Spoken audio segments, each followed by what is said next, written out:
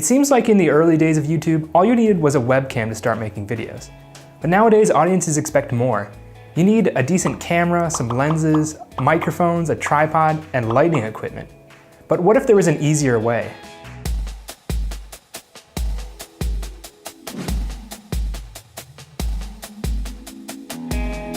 This is the OBSBot Tail, an AI robotic camera that is blowing up on Kickstarter.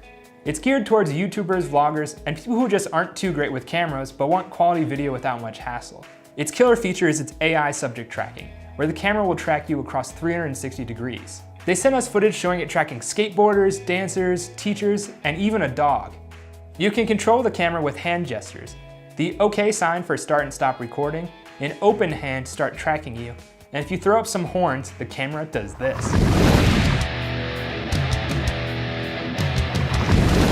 The OBSBot Tail comes with the OBSBot Studio app, where you can change the tracking speed of the camera, add filters, and switch between photo and video mode.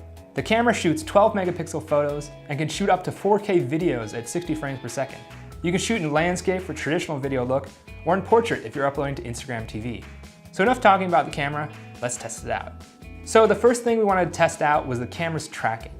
We started about 6 feet away from the camera, and the tracking was perfect, keeping Timur in frame as he moved around. We then moved back to about 20 feet, and the results were the same. We moved back to 30 feet, and the OBSBot was able to perfectly track, even with other people in the frame. Finally, we tried 50 feet, which is a ridiculous distance, and the OBSBot was able to track him, at least until he walked behind some trees. So after that test, I am very impressed at the OBSBot Tail's subject tracking. It is some of the best I've seen with any camera. Now let's talk about the camera quality. Actually, why don't you just see for yourself? So we're shooting in 4K at 25 frames per second. And as you can see, the footage is quite nice. The image is in focus, the automatic exposure is set properly, and it has a wide dynamic range compared to other consumer cameras. Since the footage is 4K and I'm editing in HD, I can actually crop in and adjust the framing for more flexibility in post.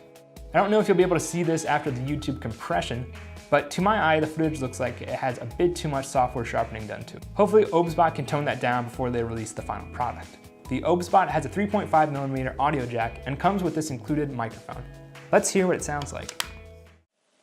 Okay, so I'm testing the audio on the OBSBot Tail. I've got the microphone plugged in. It's about maybe 3 feet in front of me. How do you think it sounds? So I'm not very impressed with the audio quality. There's a lot of noise and it sounds very digital and metallic. This is definitely something they'll have to work on before they're ready to ship the final product. Lastly, I want to talk about the ease of use.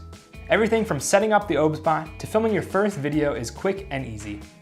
The app interface is intuitive and offers a lot of nice features, like the control of the tracking speed, different zoom effects, and a timer. I'd say it's as easy to use as a smartphone camera. All in all, it might be too soon to give a definitive review of the OBSBot Tail. After all, they haven't even announced a price yet. But after a week of using it, I really like what I've seen so far. On Kickstarter, they're promising new features such as time-lapse mode, repeatable camera movements, and a feature they're calling Eureka Moment, which analyzes your video clips and highlights the best moments. Can't wait to get my hands on the final product.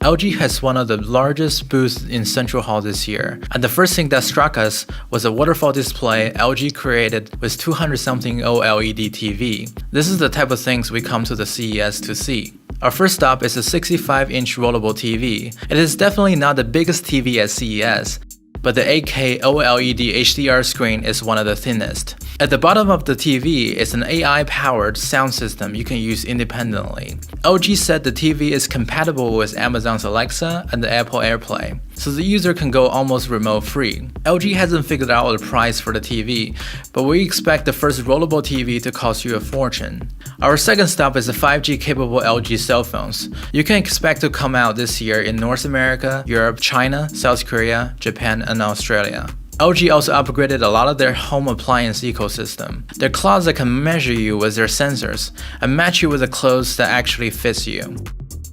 One of the biggest hits at the LG press conference is LG Homebrew. So embrace your inner hipster and brew yourself a beer at home. You can brew 5 different types of beer with their fermentation algorithm. It takes 2 weeks to brew about 1.3 gallons of beer, and the machine will clean itself after.